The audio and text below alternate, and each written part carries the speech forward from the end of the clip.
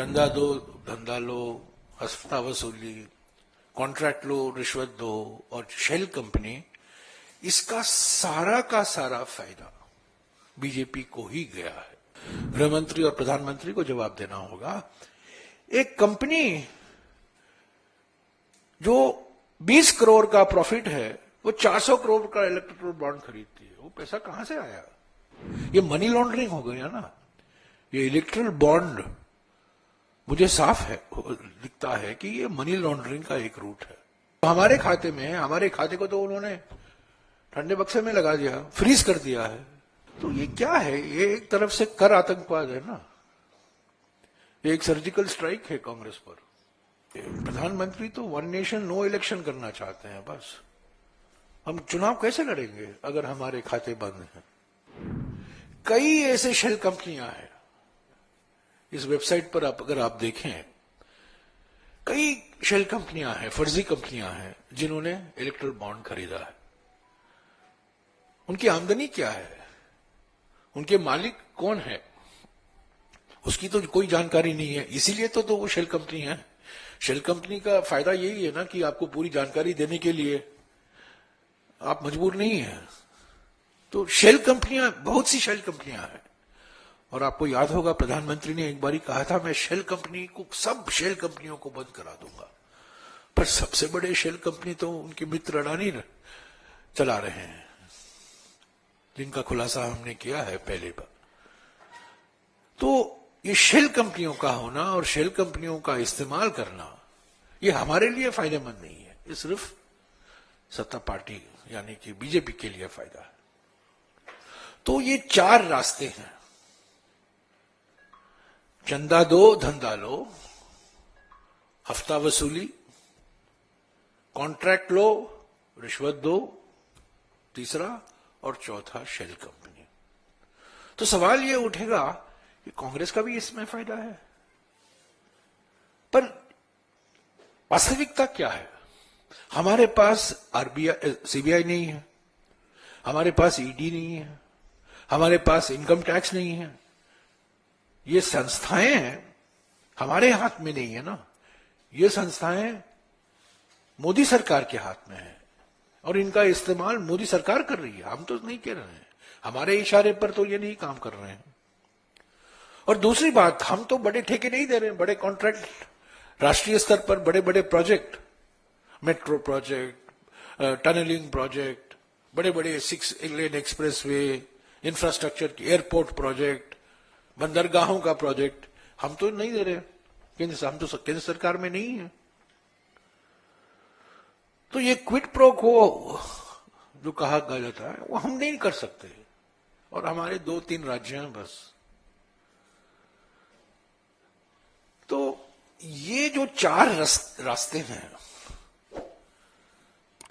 चंदा दो, धंधा लो, हफ्ता वसूली, कॉन्ट्रैक्ट लो, रिश्वत दो और शेल कंपनी, इसका सारा का सारा फायदा बीजेपी को ही गया है। और बीजेपी को ही जवाब देना होगा, गृह मंत्री को देना होगा। हम पर इल्जाम लगा रहे हैं, गृह मंत्री को कहना होगा, जवाब देना होगा। उन्हीं के सांसद को एक कॉन्ट्रैक्ट मिलता है इंफ्रास्ट्रक्चर, और कुछ ही दिन बाद वो इलेक्ट्रल बॉन्ड खरीदते हैं जो सीधा बीजेपी के खाते में जाता है। गृह मंत्री को ही जवाब देना होगा क्यों ये जो दवाई बनाने वाली कंपनी है, फार्मास्यूटिकल कंपनी, उसके खिलाफ ईडी और सीबीआई छोड़ा गया है और कुछ ही दिन बाद वो इलेक्ट्रल बॉन्ड खरीदती है। और गृह मंत्री को यही जवाब देना होगा, और कोई जवाब नहीं दे सकते, सिर्फ गृह मंत्री जवाब दे सकते हैं, क्योंकि वो बार बार कांग्रेस से सवाल करते हैं। गृह मंत्री और प्रधानमंत्री को जवाब देना होगा। एक कंपनी जो 20 करोड़ का प्रॉफिट है वो 400 करोड़ का इलेक्ट्रोल बॉन्ड खरीदती है, वो पैसा कहां से आया? किसका पैसा है? और कुछ कंपनियां ऐसी हैं जो मुश्किल से 8 महीने, 9 महीने, 10 महीने लगे हुए शुरू होने में, और एकदम वो 20, 30, 40, 50 करोड़ के इलेक्ट्रल बॉन्ड खरीदते हैं। किसका पैसा? कहां से पैसा है? ये मनी लॉन्ड्रिंग हो गया ना। ये इलेक्ट्रल बॉन्ड मुझे साफ है दिखता है कि ये मनी लॉन्ड्रिंग का एक रूट है। तो इसके साथ साथ प्रधानमंत्री ने हमारी खाताबंदी कर दी है। वो इलेक्ट्रल बॉन्ड से तो 6,000 करोड़ रुपया मिल गया उनको, पर जो हमें पैसा मिला था इलेक्ट्रल बॉन्ड से, जो हमारे खाते में है, हमारे खाते को तो उन्होंने ठंडे बक्से में लगा दिया, फ्रीज कर दिया है, और हमें आर्थिक रूप से अपंग करने की कोशिश की जा रही है।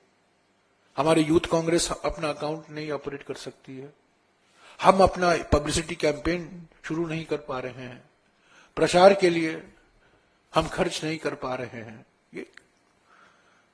ये खर्च हम दिखाएंगे, ऐसा नहीं है कि ये नहीं हम दिखाएंगे, पर हमारे अकाउंट हम ऑपरेट नहीं कर सकते। हाँ, अगर हमारी खाताबंदी हुई है एक तरफ से, और दूसरी तरफ से आप इलेक्ट्रल बॉन्ड से पैसा लेते जा रहे हो, तो ये क्या है? ये एक तरफ से कर आतंकवाद है ना, ये एक सर्जिकल स्ट्राइक है कांग्रेस पर। तो एक तरफ से इनको खत्म करो, इलेक्ट्रल बॉन्ड्स का सारा पैसा ले लो धमकी देकर, और जो पैसा इनको गया है इनको इनके अकाउंट फ्रीज करो। हम ट्राइब्यूनल में गए, ट्राइब्यूनल से राहत नहीं मिली, हाईकोर्ट में गए, हाईकोर्ट से राहत नहीं मिली, तो अभी सुप्रीम कोर्ट का दरवाजा तो हम जरूर खटखटाएंगे, और हमें उम्मीद है कि हमको न्याय मिलेगा। लोकतंत्र ऐसा नहीं चल सकता। ये प्रधानमंत्री तो वन नेशन नो इलेक्शन करना चाहते हैं बस। हम चुनाव कैसे लड़ेंगे अगर हमारे खाते बंद हैं?